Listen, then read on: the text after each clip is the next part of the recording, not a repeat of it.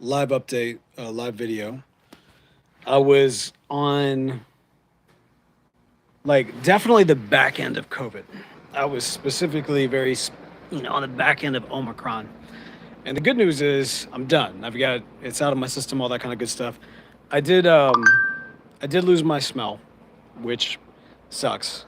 And I'm getting it back gradually. So I'm hopeful that I will get it back. But yeah, I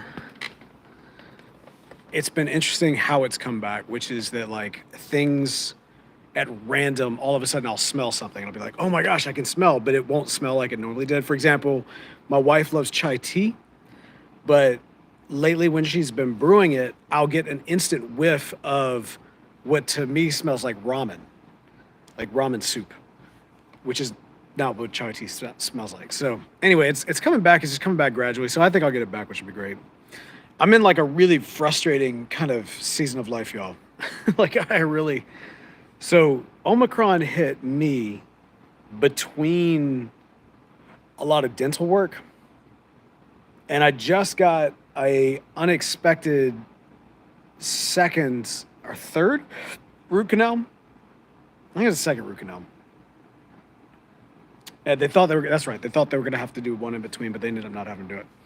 And so now in like a week or so, I have to go in and get a double crown. They have to like do it like a prep, and then they got to go in and then they got to do, they got to grind me down or whatever, and then do a mold, and then I have to go in like a week or two after that and get my crowns put in and everything else. And what I hate about this is all happening like right like smack dab in the middle of this is Vegas, is the Vegas Pipe Show. And so I'm not going to be able to smoke at the Vegas Pipe Show. Y'all have no idea how bummed I am about this. Like, for a lot of reasons. For one thing, if you've ever been to a pipe show before, you've got access to pipe tobacco you've never even heard of before with everybody coming in. And it's going to suck not being able to enjoy that and sample it. Because, like, it's been a minute since I've been at a pipe show, but every single pipe show I've ever been to, for one thing, and I feel this is the case regardless of who you are, is there's such a camaraderie, there's such a community that people show up, they bust out their cellars, their most prized possessions, and people will like gladly share their stuff with you, and you get some really really great samples and opportunity to smoke some things you've never had before. It's great, and that's normal. And then if you're one of the co-hosts of Country Squire Radio, there's a little perk that comes with that, which is that people like hook you up big time with like some pretty like exclusive stuff where like you're like I've turned down some of the best tobacco ever made because I'm like that I'm not you don't understand I'm not you don't cast those pearls before swine, you know what I mean? Like there's so much access to so much good stuff, and I'm not going to be able to enjoy it, and that's really frustrating. There's another thing that probably frustrates me the most, and that is that someone whose name shall remain nameless, Eric, uh, hooked me up when I was in Grand Rapids. Don't tell John David. He hooked me up with some whale song. And I had this whole bit I was planning to do in Vegas about smoking that whale song, like right there when we're doing the live show, and I'm not going to be able to do it. And I'm just, y'all have no idea. Like, it's so, like, I don't know. I'm just laughing because I'm like, I don't know what else to do. I've been in and out of the dentist office for the last 2 months, and I'm going to have to be in for at least another month and a half. And the thing is, I love pipes, love pipe tobacco, but one of the things I am very much an advocate for is you take care of yourself to be able to enjoy what you love. Overindulgence on anything is a bad thing. I don't care what it is. Overindulgence on anything is a bad thing. Doesn't matter how good it is. Overindulgence on anything is a bad thing. And there are seasons of your life where you have to take a knee on the things that you love in order to get healthy so that you can enjoy them to the best, like to the utmost. And it's just It's frustrating, y'all. It really is. I called John David and I were texting a couple days ago because we were trying to make plans, trying to figure out our schedule leading up to Vegas. And um, well, so two things. One is, and I'll put out some information on Monday about this, but for the first time ever in the history of our series, we're going to take 1 week off to kind of prep for Vegas. And I'm hoping that we'll actually get one episode right before Vegas that we'll be able to release. Actually, I really like that's the plan. So we'll get that out. But I'm going to do something kind of special next week, which is I'm going to do a Zoom hangout for all of our patrons. So if you're a supporter of Country Squire Radio, club member, patreon.com/Country Squire Radio is the place to do it. I'll put out some information on this on Monday, but on Wednesday at noon, I'll actually be hosting a live Zoom. So like literally just everybody's able to come hang out. We're just going to hang out. We're going to eat lunch together. We're just going to chill, talk, just, it'll be very, just laid back, like just a cool opportunity to hang out. And so it'll be a unique week. And so we're not doing things normal next week, but then the following week we'll have one. But anyway, I was telling John David because he was like, oh, we could probably do this in order to make this work out. And I was like, John David, I can't. Like, I'm almost never the one that says this, but I can't. Like I've had too much, too much done to my face and my mouth and my voice. And then the other aspect of this too is that, y'all mentioned this on the videos before, and I'm sure that y'all have seen, you probably heard it on the podcast and everything. But we've got, for Podastery has got a big project that we're working on right now called, the Find Ever sale. That's the website. That's kind of the campaign. And we're very close to announcing all the details about it and what that looks like and what it's taken to get it out the door, what it's going to take to get out the door. Y'all, it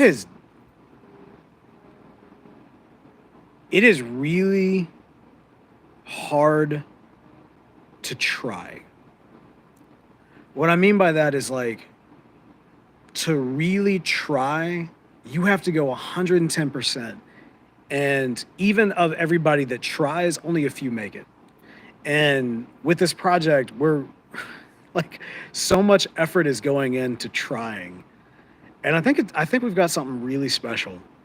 And I can't wait to share more about that with y'all.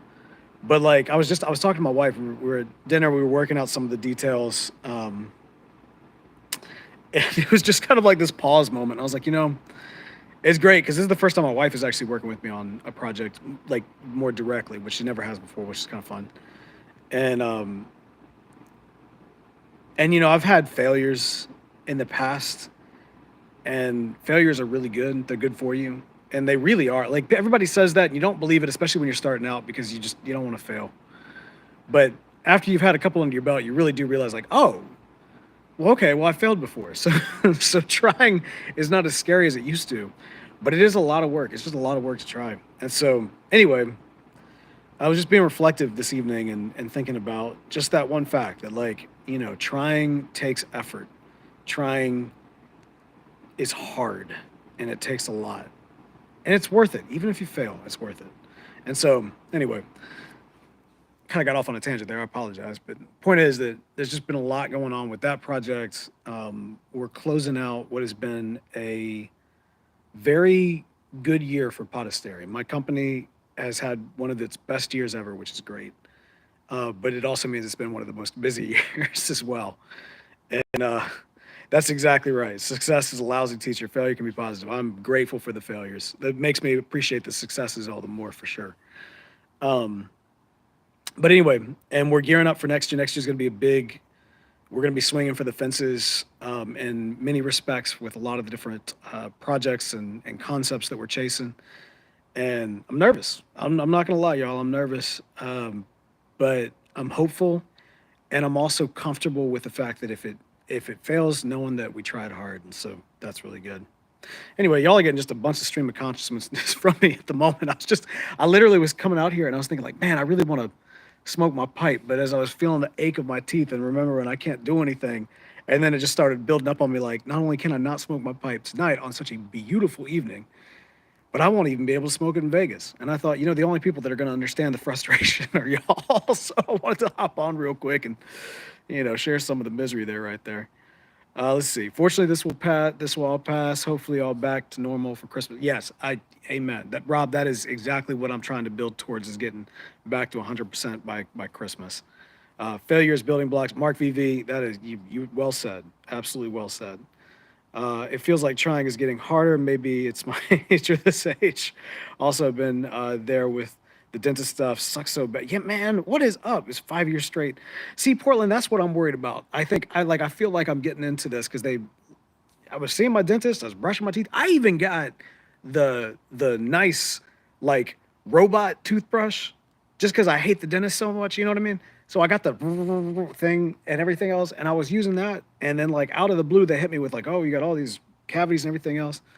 And what I mean, just the cliff notes. Of what had happened was like I went in for the cavity, whatever.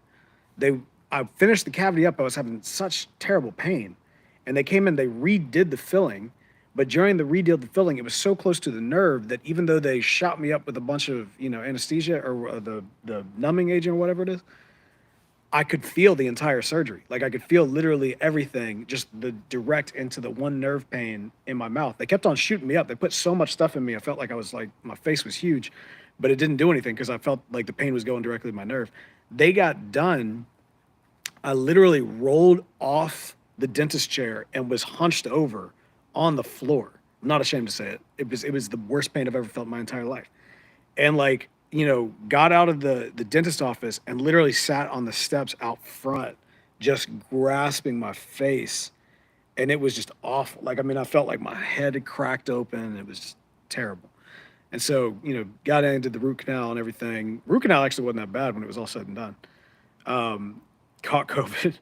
Uh, During COVID, the other side of my face started acting up. So I went back in. They had to check my root canal, made sure everything was good. It seemed to be. And when I mentioned this other thing that it kind of started acting up during COVID, that's when they went in and saw like, oh yeah, this is real bad. Like, okay, well, great. So they just did that the other day, and now I got to go in for all these, cappers. And apparently, I still have a bunch of fillings to go, but my insurance is like begging for mercy. So it ain't like I'm getting these whatchamacallits, crowns and whatnot done because I need to. I have to in order to protect my teeth. But like after that, it's like, well, I'll brush hard, floss good, because insurance ain't here. So we gotta do what we gotta do. But anyway, so yeah. Anyway, sorry to drop all that on you. You know what they say, podcasting is cheaper than therapy. So I'm just kind of dropping all that on y'all tonight. I hope you don't mind. Anyway, hope y'all are having a good one. Oh yeah, man. I tell you what, don't get me wrong. Despite the fact that I had a bad experience, I really do like my dentist and the lady that did my uh, the root canals. The lady that did my root canals, fantastic. She was awesome. Their staff was incredible. The attending, I don't know what I don't think they're called nurses, but the assistant um, who was helping. It was interesting because I went in there and admittedly, like, look, when it comes down to it, y'all, I hate shots. Needles is not my thing. And so like I was having, difficult time. They got me on the gas and all that kind of good stuff. And the lady that was there beforehand she was about to go on lunch, and she decided to skip her lunch and stay with me just because I had gotten to know her a little bit while I was waiting in there, and I was a little nervous. And I mean, that was just such a nice. They're just the nicest folks. It ain't cheap though. It ain't cheap. The dealing with the insurance, man, you are not lying. You are not lying. Whew. I'm not gonna go off on a rant on that, but yeah, you are not lying. Anyway, well, y'all, I hope y'all are having a good night. Like I said, I apologize for jumping on just to share some misery, but as they say, misery loves company, and somehow sometimes it's kind of appreciated to know that other folks have had some of the same thing. And the thing, like I said, the thing that bums me out the most is just that I won't be able to enjoy Vegas the way that I was planning on enjoying Vegas. I'm still looking forward to seeing everybody, and it's interesting. We've got a lot of content we need to record. And so John David and I need to kind of get together and talk about what that looks like. I'm really excited because as part of this next series, I've mentioned this before, but we're going to be doing, I think probably back to back is my hope. We don't normally do series back to back. As y'all know, we scatter them out about 6 to 8 episodes in between each episode of a series.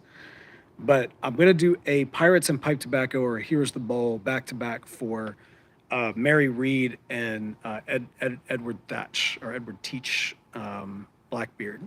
And so I'm really looking forward to that. Obviously, that has to do, as kind of a means of promoting out the Eversail project. It's going to kind of coincide with that same time frame. But I've been holding off on those two, and I'm really excited to talk about them. Like y'all have no idea. I'm gonna have so much fun with that, and I hope y'all do too. I hope y'all really enjoy those. But yeah. So anyway, y'all. I hope y'all having a good night. Thanks for chilling with me here in the old Casa de York. In the past, I've kind of showcased the garden as I've been out here. I recently planted a banana tree, so hopefully that'll do quite well, as you can kind of see back there. My oleander or oleander, whatever they're called, you can kind of see it in the back over there. Planted that after the freeze, and it's flourishing, which is really nice. Speaking of flourishing, man, I got a fan palm back there. This time last year, that was like maybe a third the size. That thing has sprouted up, which is so great to see. So it's nice seeing life come back to the garden. Um, anyway, all right, y'all. Hope y'all have a good evening. Good luck. Thank you, Portland. Thank you, Mark VV. Thank you, Rob. Y'all be good. Talk to y'all later.